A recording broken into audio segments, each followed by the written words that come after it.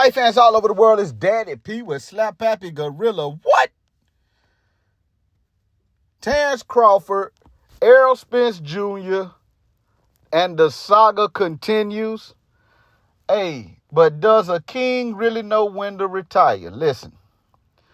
Now, the type of guy that Errol Spence is, man, I really don't think he's going to retire. But really the big question is what's next for him. I really don't think that Terence Crawford rematch is the best move for him right now. But he's probably going to go back into the lab and prepare for another Terence Crawford fight. And so is the plans that according to, what's going around, I guess I can't say sources. I don't have any sources that I'm getting this from per se, just, hearing it going around, that he did activate his rematch, the rematch clause that was in the contract, and he does want a rematch with Terence Crawford. Now, when that would be, I'm not sure. You could almost rest assured that it's going to be at least 5-6 months out, because he does need some time to heal from the wounds and, the damage he suffered from that fight. And, Terence Crawford says he's open to it. And one of the things that Terence Crawford said is that Errol Spence gave him an opportunity, so he will not deny Errol Spence of an opportunity to fight again, because he asked for it. And so Terence Crawford is very grateful for the opportunity that was afforded him by Errol Spence, and he does feel grateful about Errol Spence conceding to some things in order for the fight to happen. By saying that, basically, he acknowledges that Errol Spence was the A side and did work hard to make sure that fight happened. So he said that since Errol Spence is asking for a rematch, he would not deny it. But, I really don't think that that's a real good choice by Errol Spence at this time. Not saying that it shouldn't happen at all. I know that Errol Spence wants some type of get back, but really I feel like he should heal up, come back, and get a good... Honestly, some people say tune up, but he need a confidence fight, man, because I really believe his confidence has been shattered. But Errol Spence is a dog. I take nothing away from him. He was ready to go out on his shield in a fight that really he had no answers for, and he was ill prepared. And I said in a past video that I wasn't blaming Derek James, and I'm still not blaming him, but they were ill prepared, period. They did the same thing they done to win 3 championships, but it wasn't enough against a guy like Terence Crawford. Those other guys he fought, just was not on the level of a Terence Crawford. And, the thing about it is, man, look, there's no excuses for Errol Spence. He won 2 belts. Then he got in a car wreck, horrific car wreck. And another one after that wasn't as bad, but still a car wreck. But that horrific one that he was in after he fought Sean Porter, a lot of people didn't think he would come back from it. But since he came back, they had a decent training camp. He beat Danny Garcia, who is a champion in 2 different weight classes. He was a champion at 140 and a champion at 147. And then he did beat Ugas for that WBA strap. So, he had 2 meaningful camps and fights. You know what I'm saying? And before that, he won 2 belts. So with what Derek James was teaching him and instilling in him, he won 3 belts. So, when something like that is working, in their mind, it's working. So that's what it is. you know.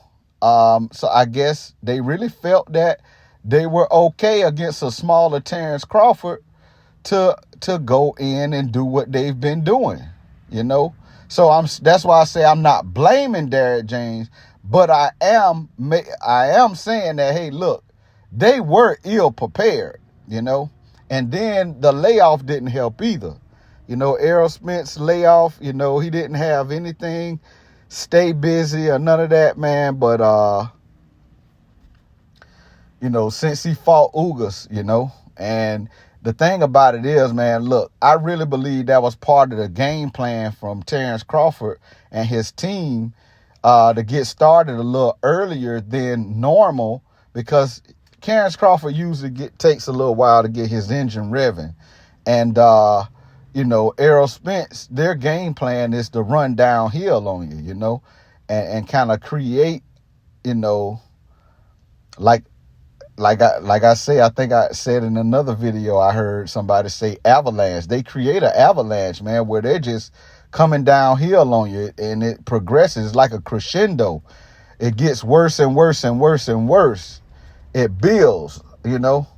And that's how they approach, you know, their fight game. Everything comes off the jab. But from the beginning, Terence Crawford disrupted that, and I think part of their game plan was to test him because of ring rust, you know. And, you know, it worked. Terence Crawford, you know, he countered him in the first round, but he really started like countering him and doing little things to take that jab away in the second round. And, you know, y'all know what happened. In the second round, he ended up knocking him down for the first time. And, you know, that really shattered his confidence. And after that, you know, Terence Crawford did what Errol Spence usually does. He just started building like a storm. You know what I'm saying? And he is the one that went downhill on Errol Spence, you know. But, you know, whatever the case may be, what's next for both guys, or what's smart move for both guys moving forward? Terence Crawford seems like he has his eyes set on Jermell Charlo, who is fighting Canelo Alvarez the end of next month. So, like, it kind of sounds crazy, but I think Terence Crawford is on to something. And I'm going to tell you like this, man. You know, I don't think Terence Crawford, well, this fight is not that far removed from the Errol Spence Terence Crawford. So, you know, even giving Jermell Charlo, win or lose, an opportunity to, you know, take some time off after this fight and then prepare for a Terence Crawford fight, you know. I mean, that's a possibility. And I'm going to tell you a scenario in my mind, man, because they're saying that Jermell Charlo will probably be stripped of his WBO strap. I haven't heard anything else about the other belts yet, but WBO, it sounds like they're going to strip him, and that Tim Tszyu is going to be elevated to the champion, you know. So in that case, I'm going to tell you this. I really believe Terence Crawford should go ahead and fight Tim Tszyu for that WBO strap. And he might have a leg to stand on to entice Jermell Charlo to come back down and fight for that strap in order to remain undisputed. We don't know what's going to happen with the other belts. But if I was Jermell Charlo, I would do something to try to entice them to keep me, you know, in lieu of keeping those belts, the other belts at least. And if Terence Crawford fight Tim Tszyu and win, and he has that missing strap to entice Jermell Charlo to come after.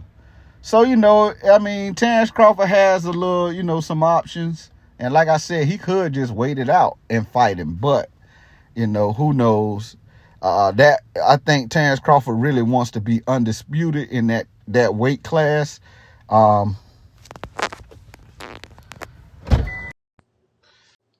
Not sure how to play out? Hey, but let me know what you think in the comment sections. Go ahead and hit that thumbs up, that like button for me. Subscribe to the channel and hit that bell icon so you can be notified every time it goes down. It's Daddy P and I'm out of there.